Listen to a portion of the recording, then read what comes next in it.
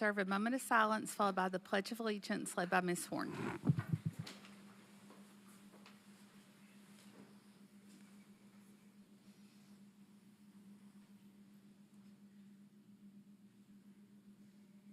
Face the flag, salute. I pledge allegiance to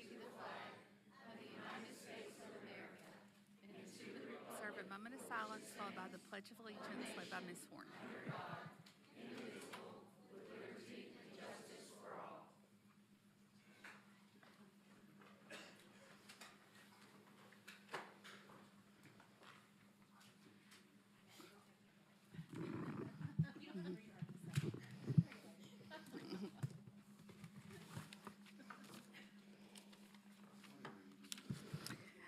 All right, thank you, Ms. Horn. Just a couple of announcements tonight for those in attendance.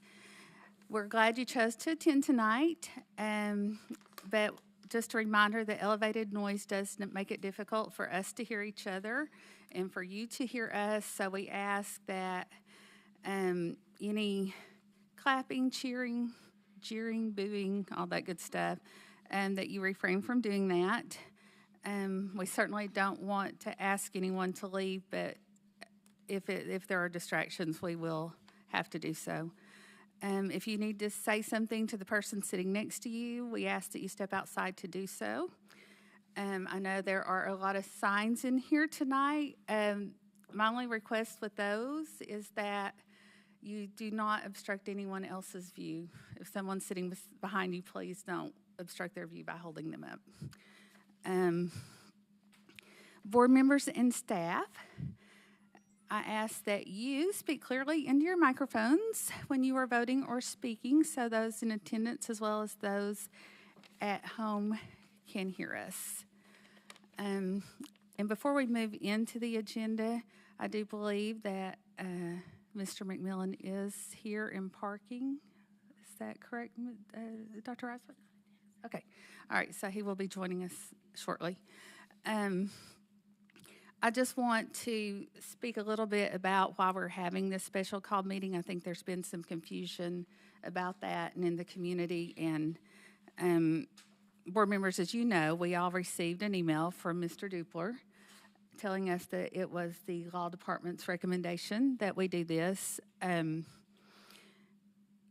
So that's pretty much how we got here. And that email was attorney-client privileged. I know that there have been some media requests for it. So if there aren't any objections, I would like for Mr. Dupler just to speak a little bit about that. If board members don't object to him just sharing what the law department's advice to board members was. Is that good? All right. Mr. Dupler? All right. Thank you, Madam Chair. So, yes, I did send an email on behalf of the law department after the board's 4-4 tie vote at the last meeting on the charter school. And I think confusion is probably the operative word there. The recommendation to have this meeting tonight was to avoid confusion and make things clear. And what I'll do is I'll just read from part of the email. Without a clear denial with reasons or an approval, the applicant and its supporters are left wondering if they will be approved by default or if they should respond to the denial without clear reasons. Likewise, opponents of the proposed school are left to wonder if the denial without reasons is good, quote unquote, and whether they will need to file an without action. A clear denial. Was that me? Wow. All right. Yeah. I didn't know I sounded like that. That was impressive. Yeah. Voice for radio. Well, it's like from the ceiling or something. Yeah. I hope not either. Okay. So and whether or not they will need to file an action to block an approval by default. Julie Thompson and I both reached out to our consultant, Ms. Swan, who helped us throughout this process, and she had not seen a situation like this in her experience where there was a tie vote with a board. And I made a joke there, and I'll refrain from that. But likewise, we also heard from state officials. Julie Thompson and I did both TDOE and the Charter Commission, and they also recommended that Knox County Board of Education should make the situation clear. And again, let me just make it clear from the law department. Law department's not taking a side on this. I mean, it's whatever the board wants. It's the board's will. So what I did was drafted 2 proposed resolutions, and of course, the board members can discuss those resolutions, make changes to those resolutions if you would like. But if the board votes tonight, either approve or deny, and if there is a denial, include the reasons with a resolution. Then at that point, everything is clear, and the charter school folks will know what to do, and we go forward. So that was the recommendation.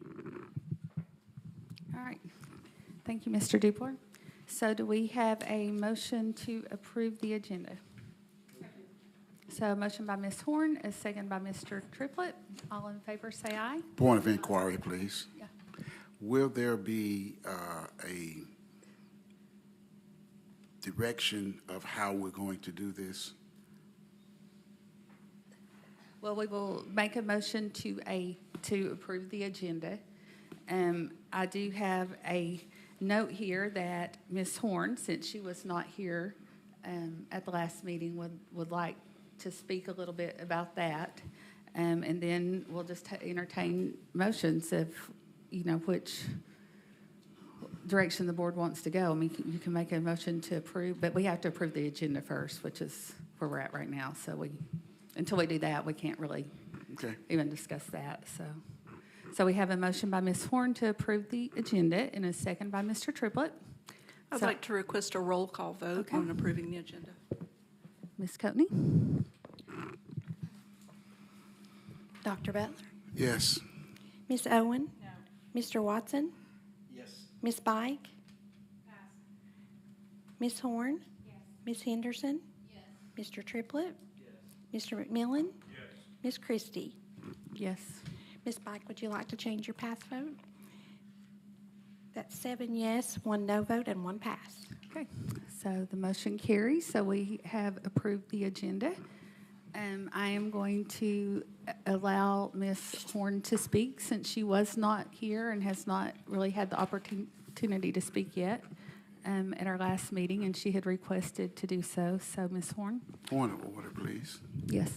I'm not trying to supersede Ms. Horn, but I do think that I need to understand what the process is going to be.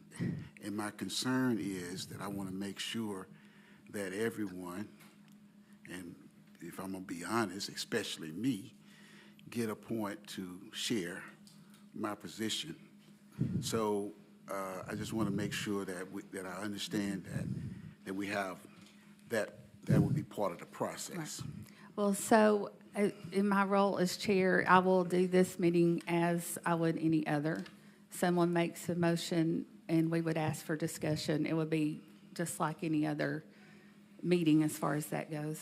Okay, I just wanted to make sure that I'm clear. I like to be clear up front because on the back end, being clear doesn't always serve you well. But I don't want it to be a situation where we call for the question before everyone has a chance to discuss it. Well, again, in my role as chair, I have no control over the motions other board members make. I mean, it would, if someone were to do that, there would have to be a second and a vote on it. Correct me if I'm wrong, Mr. Duplor, but that's pretty much how that works. It's. Thank you, Madam Chair. I mean that's correct. Certainly, this board has traditionally made a practice of allowing some discussion among board members. But if, according to Robert's rules, if there were a motion to call for the question and it were successful, then that would cut off discussion. Thank you, sir. All right. So, sir, we.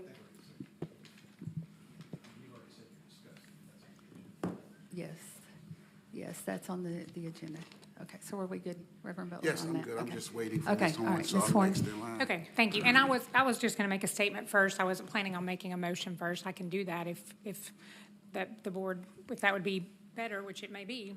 Mr. Dupler?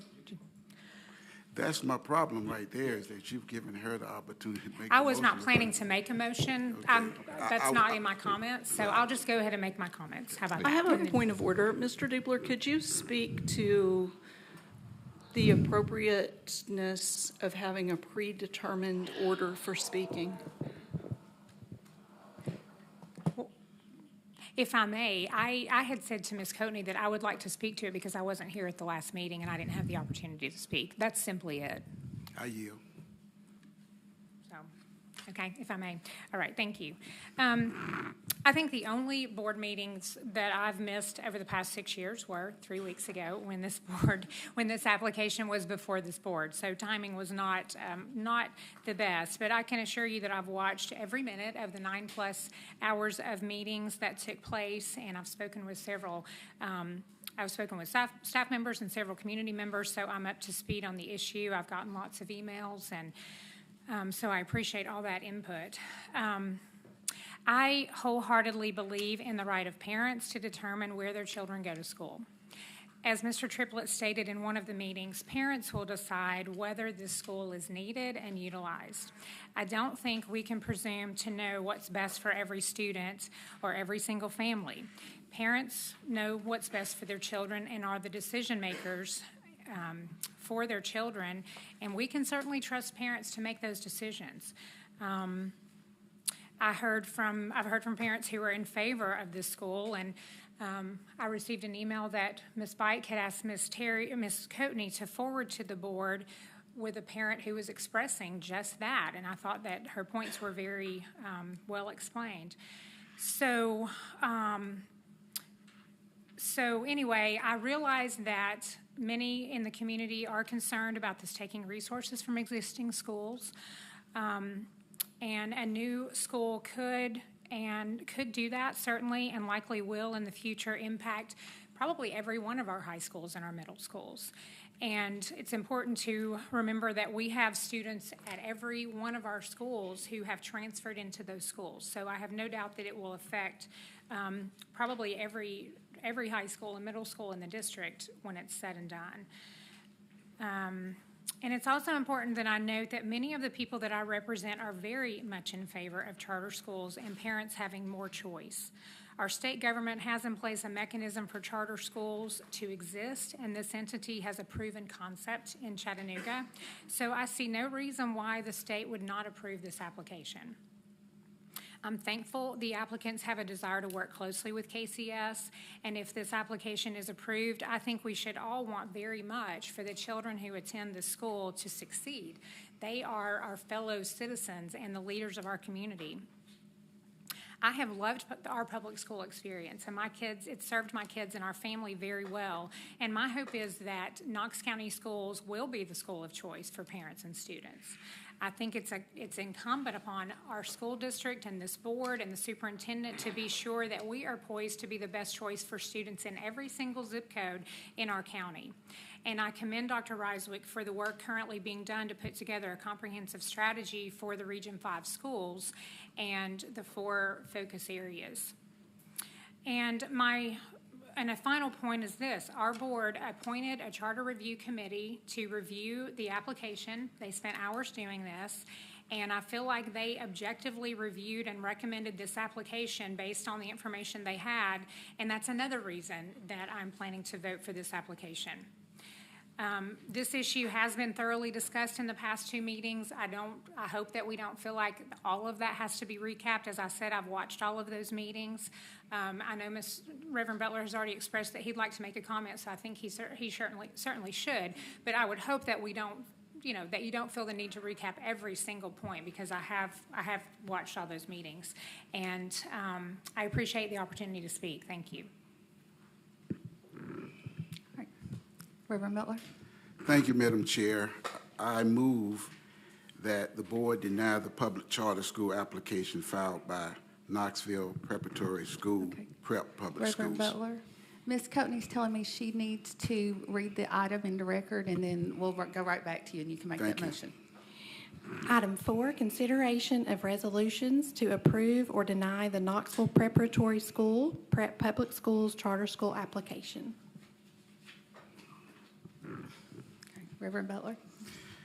Okay, I practiced pronouncing Okay, all those that's words right. right. I move that the Knox County Board of Education deny the public charter school application filed by Knoxville Preparatory School Prep Public Schools. So we have a motion to deny made by Reverend Butler, a second by Ms. Owen. Discussion on that? I'd like to speak briefly, please. Okay. So I appreciate Ms. Horn's comments. We have had a lot of discussion about this and a lot of letters, both for and against. The resolution that we are looking at, that the motion just been made, I want to thank Mr. Dupler for putting it together. It's pretty much exactly what we had talked about and presented. I do respect parents' desire for choice for their students. I had the same for mine. I wanted my kids to have the best education possible, and likewise for my grandchildren, regardless of where they live. And I respect those who have wrote letters and articles. Some of them I know very well and have been in relationship and worship and everything else. And then also I respect those who have talked about what they are against, why they are against charter schools in general, but in this particular one. But honestly, I never thought it was about any of that. From what I read in the beginning, that it was about the way that the state said that we would process our approval or denial for the charter school. And that's exactly what I felt like we would look at. So all those other issues, although from our different perspectives they may be very accurate or not, they're not the issue. The issue is the application itself. The state presented an application process. It was developed by the state. The application itself was developed by the state. The process was put in place by the state. And we looked at it. I do thank the committee for their good, hard work. They were very thorough. But the first time they presented it at the work meeting, I asked the question, did you check the data that the statements were based on? And they said they did not. So we checked the data. And there is discrepancies in the areas that's listed in this resolution with the state data. Now, that's true, and that's accurate. That's in writing. You look at their application, you look at the state data. They're different. We've heard their justification, and I'm not disagreeing with their justification. But when I asked the superintendent, when Knox County Schools has a discrepancy with the state data, then we go back to the state and we challenge it and we seek to have that data changed. And that's what he said. That's the process. So that would be the same process for this charter school. I don't think if we apply for something and we put data in there and the data is inconsistent with the state, that the grant provider is going to have the superintendent say, well, just take my word for it. I stand by my data. They're going to want something from the state to say either their data is wrong or our data is wrong, or our data is right or their data is right. And so we don't have that right now. So I think it is incumbent upon this board to be honest with ourselves and look at it the way it is, because unless something here is wrong, I think we have to vote against. I once again want to make sure that I think that whatever we do, we want to provide the best education for all of our children and give them the most choices, give parents the most choices that they can have. And I am part of that group that wants that for their kids. Thank you. I have a point of order. Mr. Diepler, is it true you can only move in the affirmative according to Robert's rules? I think, isn't that what you said last time? Right, so, yeah, so would we need to, like in this case, you wrote the resolution, right? So I believe Reverend Butler's motion was to deny the charter school application. Reverend Butler probably needs to perhaps restate the motion, but I mean, from what he was describing, it sounds like he's asking that the resolution to deny be approved. Approved, right. Yes. Right. So, thank you, Ms. Henderson. I was going by the therefore. So, help me with the correction, please. Yeah, I think that, well, I mean, ultimately, it's the same thing, but because we have this resolution, the two resolutions that were attached, so instead of making the motion to deny the application, I'm assuming what your intent is to approve the resolution that denies the application. Yes, thank you very much. Does that make sense? That makes sense. Thank you very much.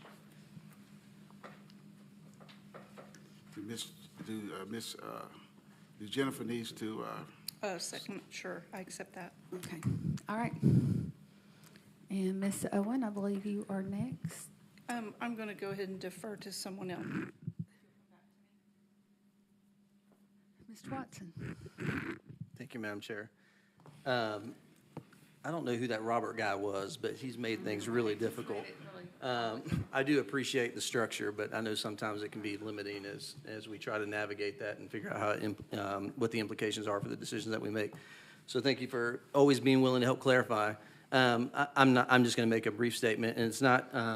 It's going to be about the decision we made and the way we're making the decision, and I'm going to re-elevate the reason why I'm making my decision. And I'm going to make a point that may seem odd to make in this moment, but to me, this is a good case study in order to make the point.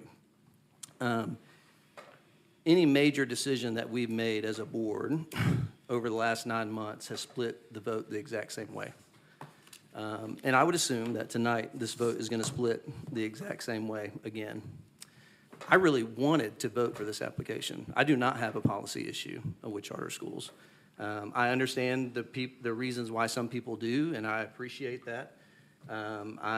I also believe in choice. I've leveraged choice with my own kids. I know that my kids have very unique needs, even within my household. And I think all of us as parents want the best for our individual children. And I think that's really true of anybody that's sitting around here. I don't think that's what the argument is really about. And I made my decision to vote no, and it'll remain the same for one reason, and it's what I stated, that I felt like in the time that I've been following the school and am engaging with the school, that people who did support them in the beginning withdrew support. And to me, that's concerning simply from a leadership standpoint. Whenever you're starting something new in a community, that leadership to lose support that quickly was concerning for me. And I was honest with that with the leadership of that school. I think they understand the reasons why I voted for that. But I really wanted to vote yes, not so that we have a vote that splits differently, but because I think it's really important for us as a board to really be willing to move past ideological stances and lean into only what people above us say that we should lean into. And I'm not saying individuals on this board are doing that with this particular decision. But when a board consistently splits the exact same way on every major decision, I think it's hard for the public to really trust that we're willing to dig in and compromise and ask the tough questions. The other thing that we'll notice in these conversations is some of us asked a lot of questions and some of us asked no questions. This is an important decision. It's a really important decision. And regardless of whether or not you believe in the concerns that everybody else might have with the decision, we need to be willing to be at the table and argue about it. When I voted the other night in the affirmative for every particular reason that was lifted up in a motion is not because all those were my reasons. They weren't my reasons. The reason I voted affirmatively for those is because they were the honest reasons of other people on my board, other colleagues. And And as a board, I've got to hear their concerns and say, I'm going to give some weight to that, because although it's not my concern, I understand it is your legitimate concern. And I think we need to do more of that as a board. And I'm speaking to myself too. I've not always been willing to hear the other side. And we need to do that, because I will tell you, our whole system, outside of this decision with Knox Prep, our system as Knox County Schools cannot be as good until the full elected voice is heard. And I don't just mean being able to speak. I know we can speak, but that we're able to influence one another. Because I will tell you, some of my ideas are good and some are not. And some of your ideas and some are good and some are not. And to the degree that we can influence one another, I fundamentally believe we'll get to better decisions.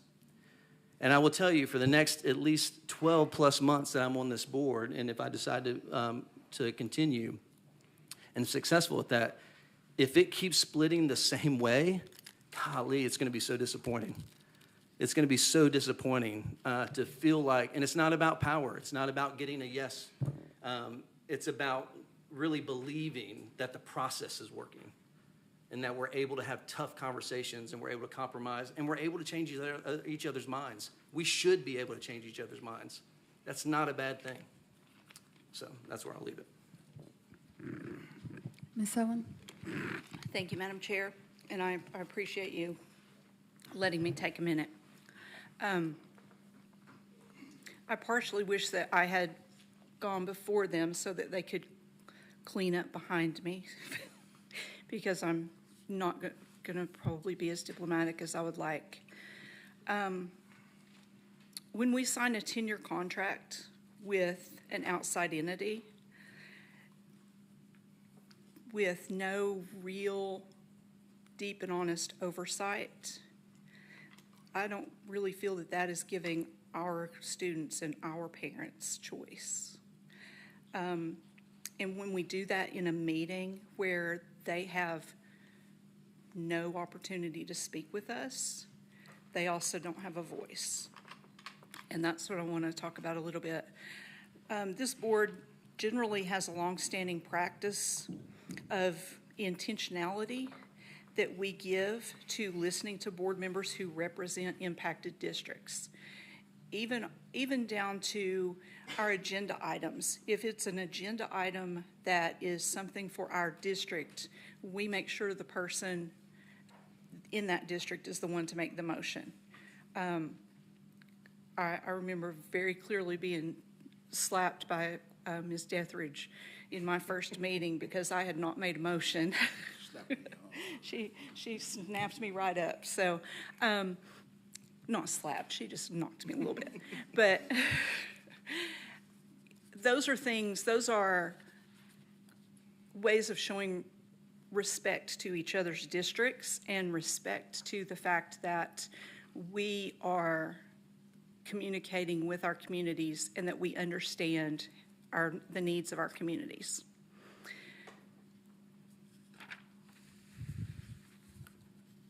When we had recently, parents in Hardin Valley had concerns about traffic issues, I asked to allow an additional month so we could hear more on that. Maybe we didn't want to spend another month hearing about more traffic issues, but we did it because that's what those parents needed to do. We asked for additional information from administration, from the county, from parents. We heard from everyone who needed to be heard. In this process, I'm not seeing that same kind of respect being given to the parents, our citizens, the people in our districts. However, that's not where I have the greatest concern. My greatest concern is the disrespect being shown to the kids in our districts. Because this board, with a stated mission to provide excellent and accessible learning opportunities that empower all students to realize their full potential, is telling our kids in our districts that we consider a school that scores in the 20th percentile to be an excellent opportunity for them. I can't imagine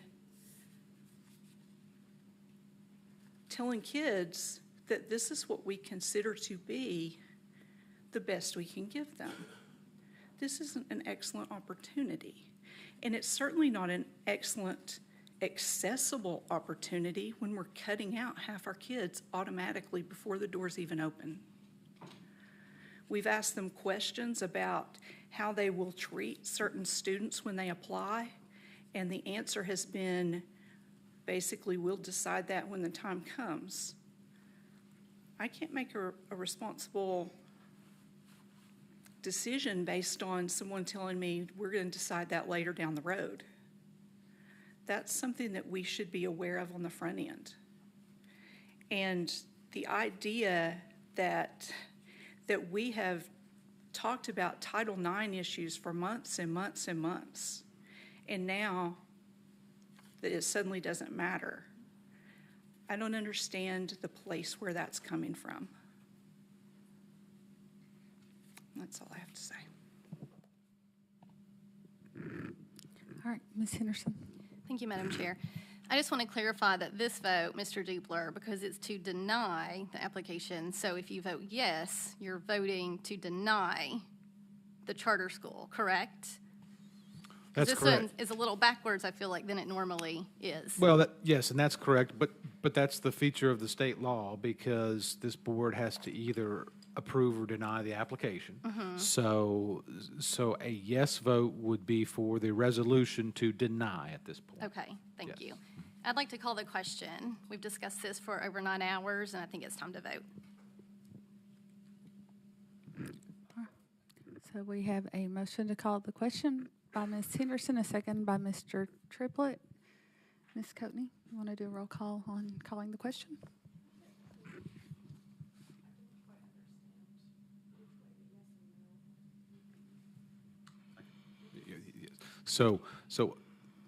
Well, now, this is a call for the question vote, so it's not the vote I think you're referring to. But when you vote on this resolution, a yes vote will be to deny the application.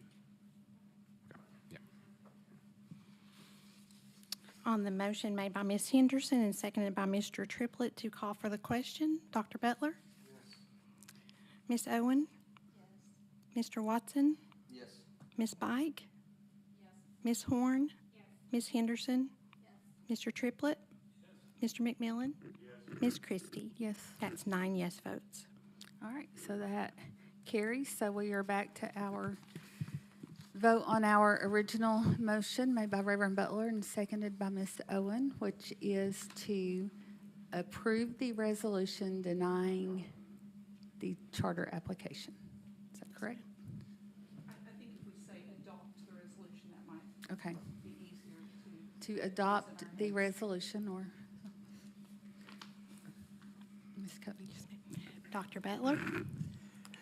Yes, I vote to adopt the resolution to deny the charter school application. Ms. Owen? Yes.